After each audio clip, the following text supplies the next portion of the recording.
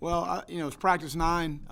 We've had really 3 really good days back to back, and going into today in the stadium for the first time for especially some young players. I had one coach say he's got the bright-eyed look. That's his first time at Weans-Bryce, and but really, at operation from the press box, we still had some mishaps as far as communication and things are concerned, but kind of somewhat expected. Each group, which we rep 3 groups today, got about 45 snaps. There's about 125 scrimmage snaps, and a lot of kicking work. We got a kickoff. I wanted to get another one, we didn't, but we got a lot of punt work as far as our protection and covering. With Kai being a new kicker, and Kingsley's done a nice job with that as well. So to being able to get out and spread the lanes and cover, and J.C. Horn and Jamie Robinson have done a good job returning punts for us, would be our top 2 guys at this point. But it was good to be able to get them in some live situations, catching the ball with people covering down the field, and that was really good. We incorporated within the scrimmage, which was good to transition, to be able to go to a special teams unit. From an offense or a defensive set. So that was really good to be able to rep through that on the field today. But the guys competed, and that was the big thing. I challenged them going into the stadium today was competitive edge. Let's go compete. Let's try to exhibit mental toughness and what we need to do to be successful. We did have too many issues that were self-inflicted, jumping off sides on defense twice, a couple delay of game penalties, 3 false starts. A critical error on the snap on a 2-point play, a bad toss on the goal line on a 4th down to score. So again, some things that we need to correct, but I liked how our guys competed. I like how the guys went about it and got after each other. That was good on both sides of the ball, offense and defense, some good explosive plays, some really good stops on 3rd down defensively, played firm in the run game with our first group, and certainly not with our second or third group. Nowhere near where we need to be there. Got to continue to have guys come on. We got to continue to build depth on our football team, and going through this situation that we're going through. You never know who can be up or down within the week, and you've got to be able to have answers as coaches. So we'll go back and evaluate the tape and watch it, but the most pleasing thing for me was just how the guys went out and competed and played fast, and that was really what we challenged them going into our calendar moving forward. Our players will be off tomorrow. Unless they need to have treatment, which we've got a couple guys banged up here and nothing serious. We need to be able to get those guys back as soon as possible. I have canceled all football activities for our organization on Monday. We will have COVID testing Monday morning, and then we will go to campus. And as a team demonstration, obviously you've seen the video of the Jacob Blake situation in Wisconsin. It was a horrific situation, to a team demonstration supporting racial equality. And being totally against police brutality. And our leadership group came to me on that. We want to make a statement on our campus. We're going to do that. I think some other student athletes will join us, hopefully, and to remove football and focus a little bit on more important things in our life and in our country right now. And so I totally support them as far as that's concerned, and I'll open up for any questions. Please use the little raise hand function. We'll get to you, David, with the first one. Hey, Will, thanks for doing this. You mentioned some guys are banged up. Any new injuries, any new corona quarantines, anything like that? No, we had a test Wednesday, and we had all negatives. So we had in the building, I think it was 300-something tests, all negative. And we've nothing normal of camp, an ankle or a little shoulder, nothing that's going to be extended of a guy out for a while. Let's go to Ben Briner. I guess getting your quarterbacks out for the first time sort of in that kind of setting, how'd they kind of perform? Well, I was pleased with both. I'd like to watch the tape first.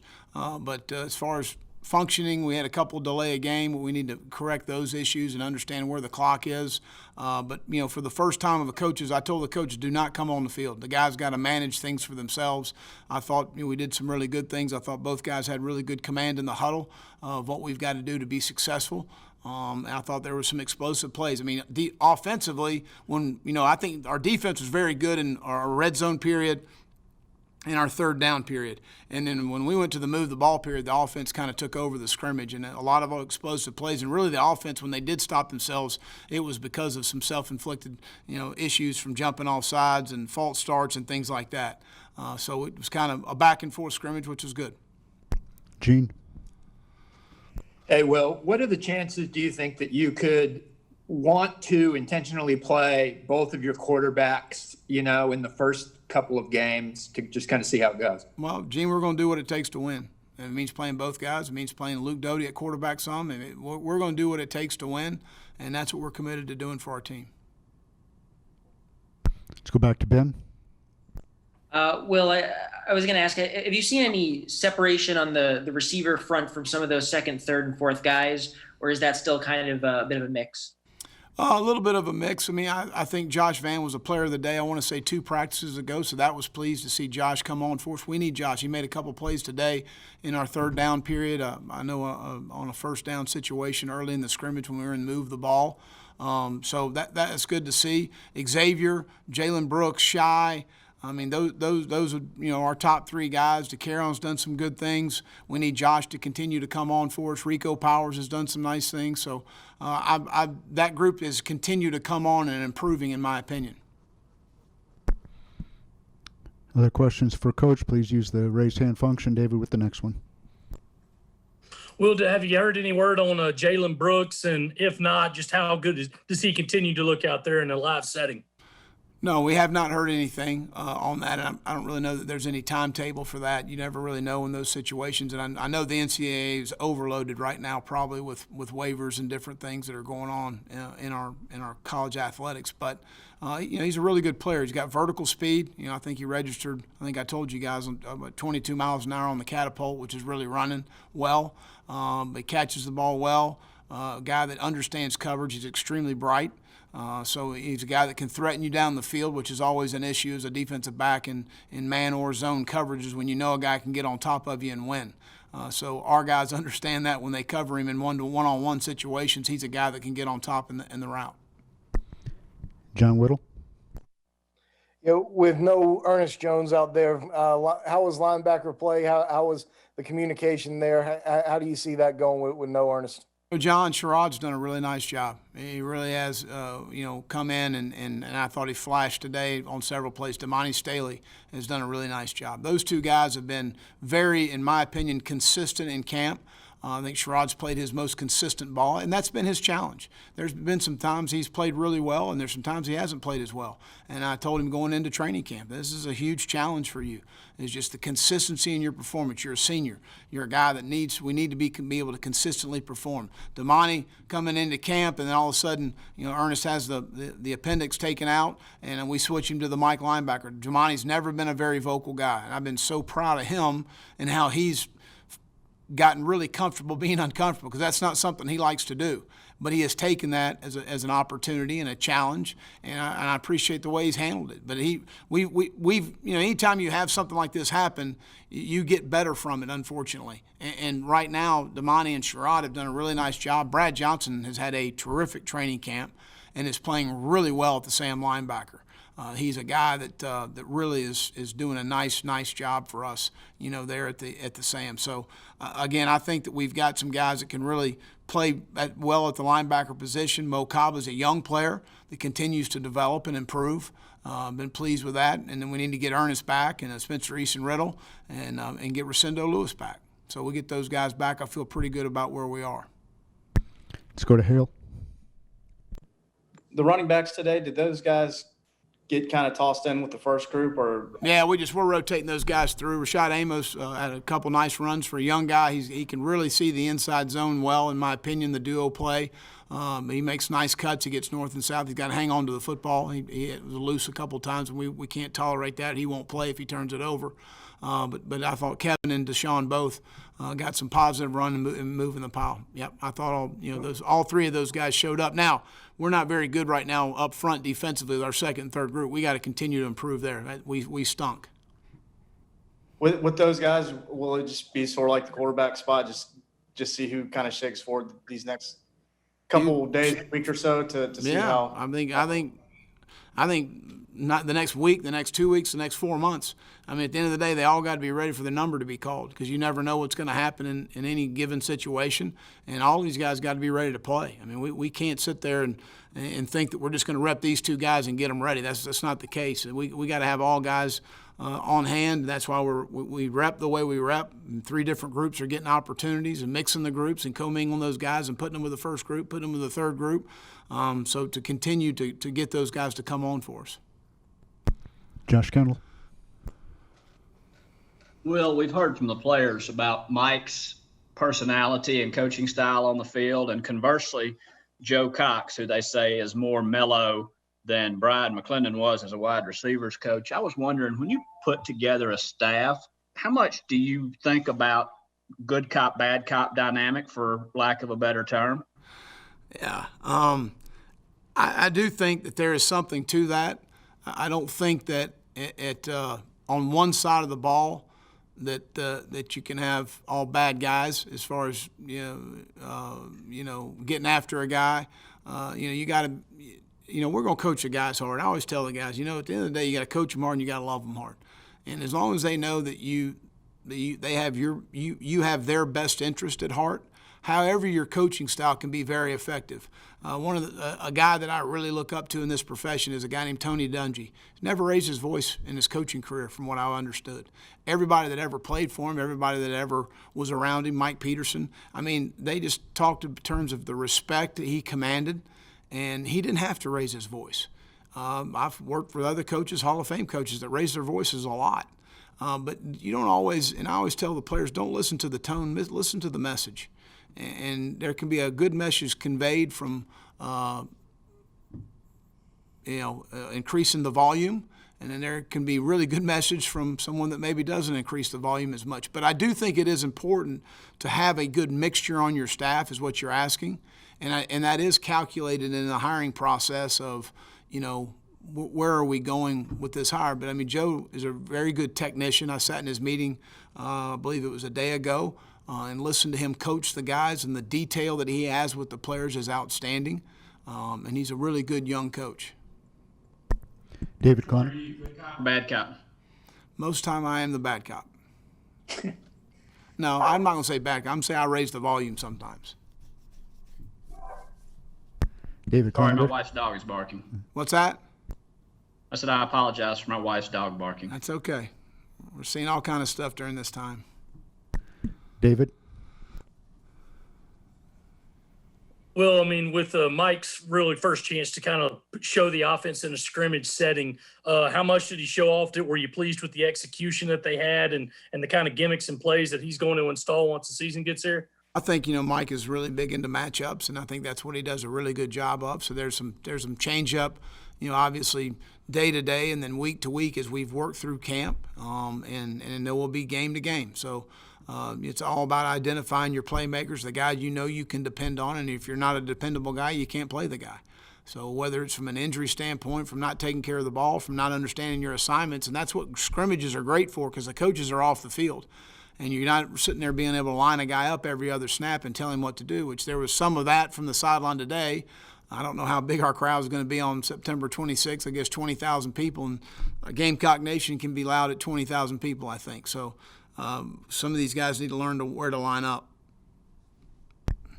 Phil's got a tea time, so let's let him ask the next question. Actually, I'm at the turn, so. How many are you over? A bunch, believe me.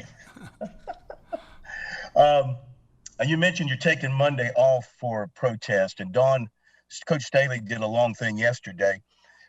But there's a lot of evidence in the media coming out of Wisconsin that the police might not be in the wrong in this case. There's still a lot of work to be done.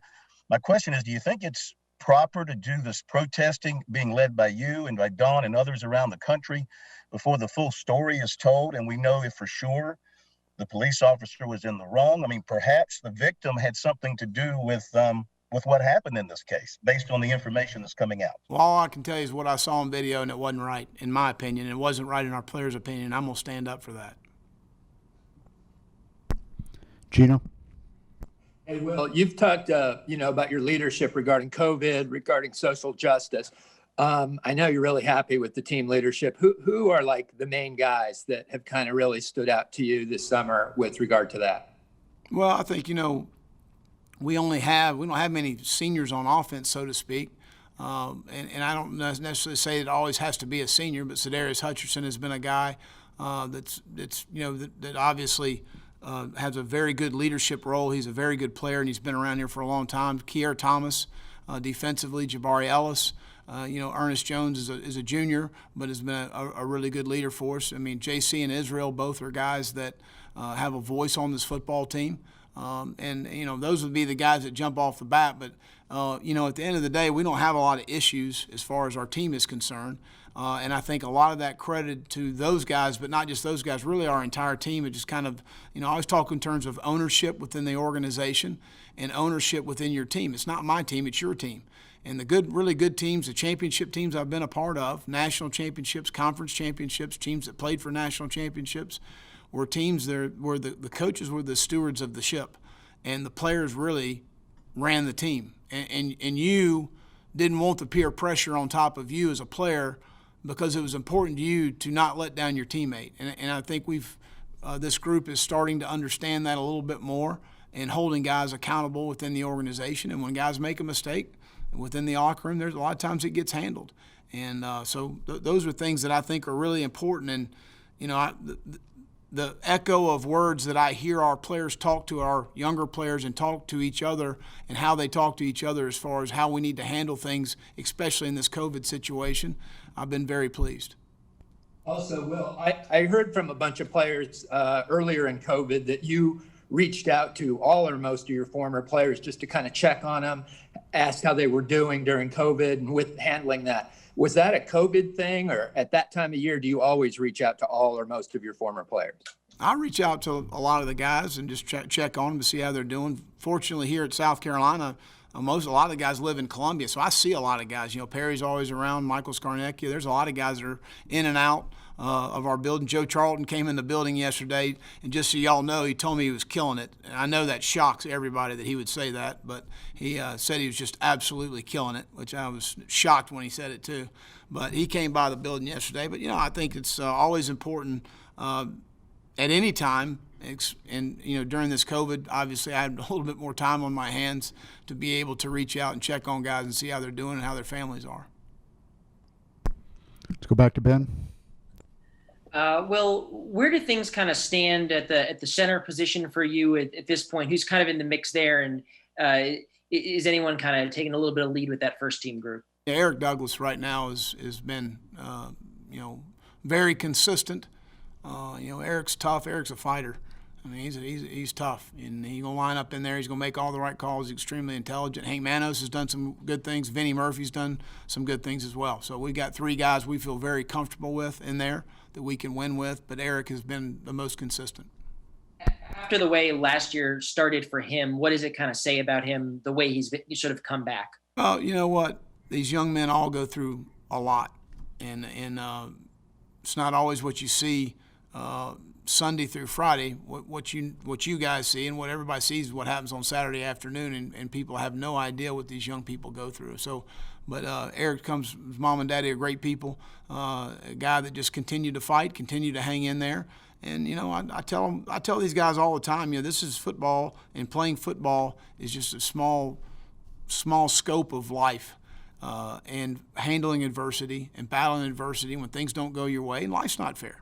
Life's not fair. Things aren't always going to go your way. It's not always going to be positive. And you got to be able to handle those things in your life, and to be a good father and to be a good husband and to be a good American citizen. You got to handle those things. And that's just a learning process that we all go through. And you do go through it still as a coach. 49 years old, you still are going through things that you learn and observe, that you see, and you say, well, maybe we need to look at this a different way. But Eric he's a tough young man. Eric Boynton. Yeah, Coach, I know a big part of your job is always as a coach is to help mold these young men off the field as well as on. But can you kind of describe just how much greater the challenges have been this year because of all the social unrest, the civil unrest, them being involved in protests this year? Kind of describe the challenges of being a coach this particular season. Well, there's no handbook for it. So you got to, my father used to always tell me, God gave you 2 ears and 1 mouth. You ought to listen twice as much as you talk. And that's what I've tried to do during this time, learning about the virus, number one, so I can at least educate our guys as best I can. And if I don't know, I tell them I don't know. Well, I'm going to get you an answer, but I can't help you in this situation. So I think that's number one, is being a really good listener. And I think listening to our players is really important right now. You know, it's really, and not that it's not ever been before. I've always felt like I was a good listener, but I think now is a really important time to understand maybe how they view things as opposed to maybe how I view things. And I think it's important. I always ask players to, step in my shoes for a second.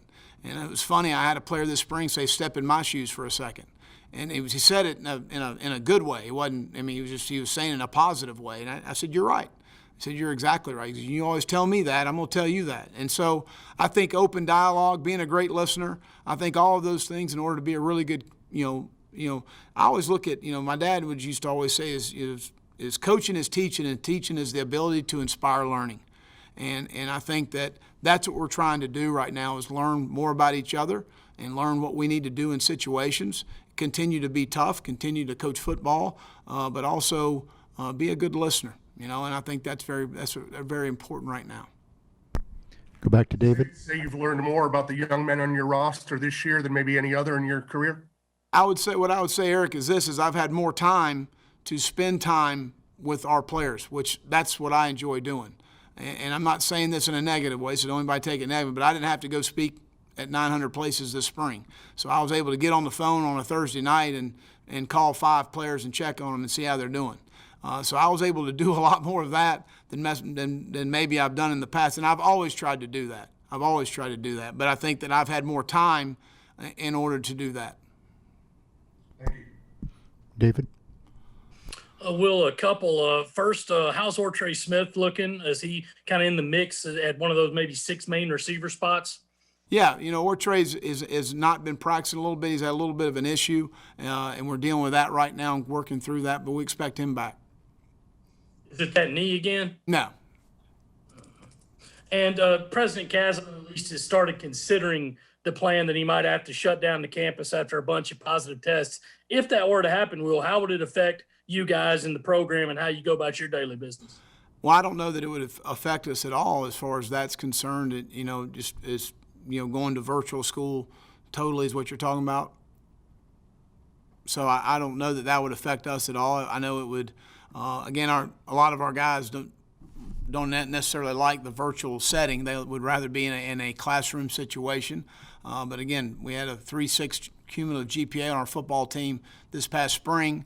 And so I know our guys would understand they got to handle the situation. It's you got to adjust, adapt, and overcome. And President Kaslem's done a really good job through this whole pandemic and managing. And again, there's no handbook for him either as far as managing this whole thing on campus and trying to do the best job we can do to get back to some normalcy, the safest way for our students and our student athletes. Let's go to Ben. Will, how far along is Kevion Mullins in terms of his sort of transition to that tight end position? And what do you feel like you kind of have there behind Nick? Well, I think that, really we got good competition at the position. And, tight end is a difficult position to play and learn because you have to be involved in the run game and understand all run game and being able to block 3 down, 4 down, bear, whatever the case may be, understand protections because you're going to be involved in protections. And then you got to understand the route concepts.